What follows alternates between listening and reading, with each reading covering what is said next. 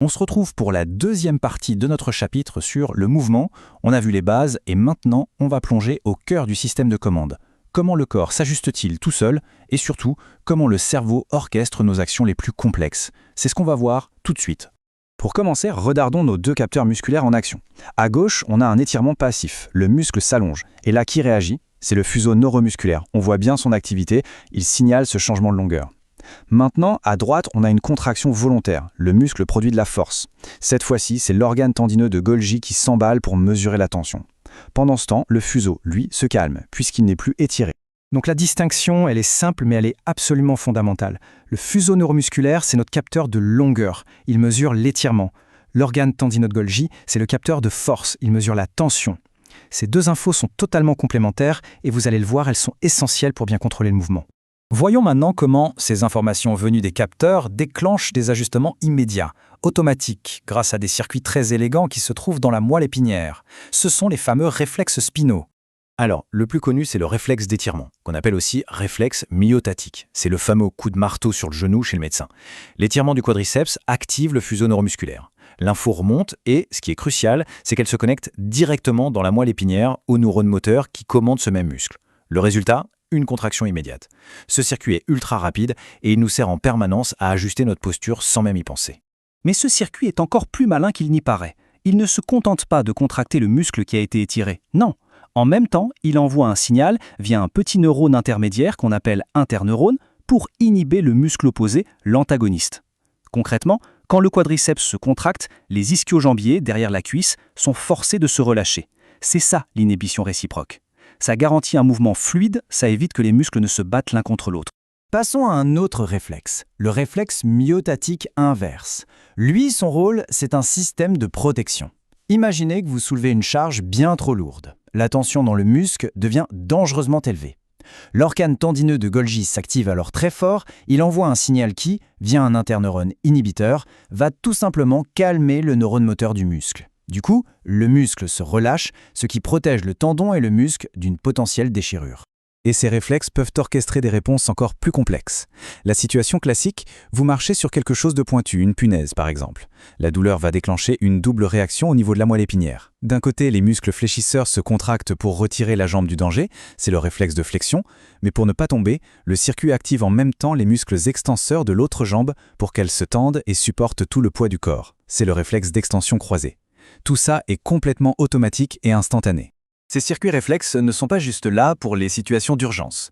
En fait, ils sont les briques de base de mouvements bien plus complexes et rythmiques, comme la marche, tout simplement. Ce rythme de base de la marche est possible grâce à ce qu'on appelle les générateurs centraux de rythme, ou GCR. Il faut les imaginer comme des métronomes internes, logés dans notre moelle épinière.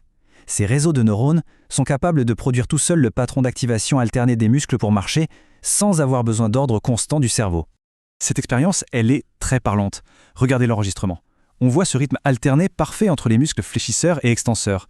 Et là, un stimulus inattendu est appliqué. On observe une petite réponse réflexe, bien sûr, mais surtout, le rythme de base reprend immédiatement. Il est juste décalé. Ça prouve que le GCR est autonome, mais qu'il peut être réinitialisé en temps réel par les infos qui viennent des sens. C'est exactement ce qui nous permet de nous adapter à un obstacle ou à un sol irrégulier sans y réfléchir. Bon, les réflexes et les GCR gèrent la base, c'est entendu. Mais pour les mouvements volontaires, précis, là il nous faut un contrôle de plus haut niveau. Il nous faut le grand chef d'orchestre, le cerveau. L'initiation d'un mouvement volontaire suit une hiérarchie très précise.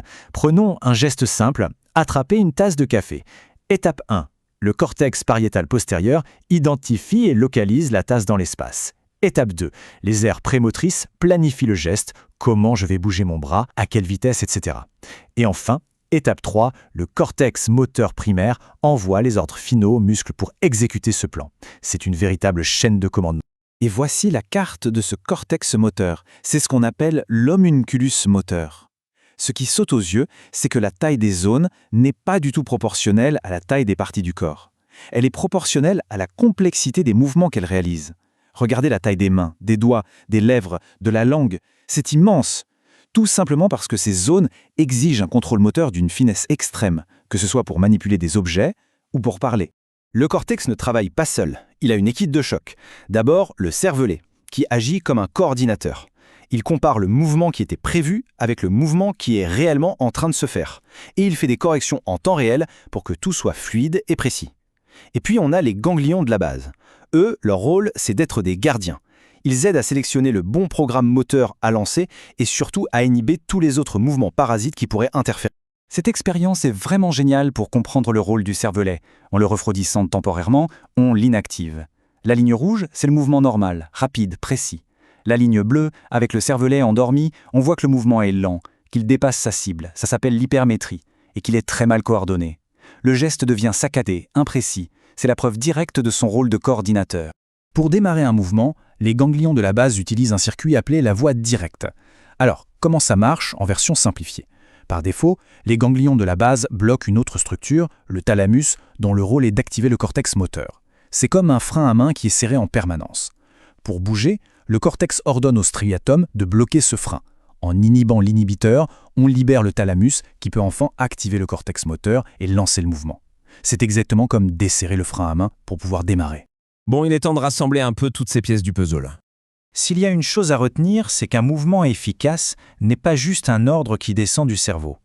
C'est un dialogue constant entre le cerveau qui planifie, la moelle épinière qui gère les automatismes et les muscles qui renvoient en permanence des informations sur leur état.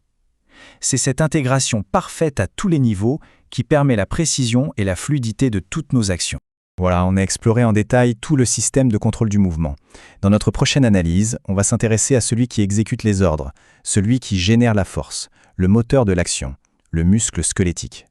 Pour être sûr que toutes ces notions sont bien claires, n'hésitez pas à faire le quiz qui correspond à ce chapitre 9. Il est disponible sur notre compte et c'est vraiment le meilleur moyen de consolider tout ça.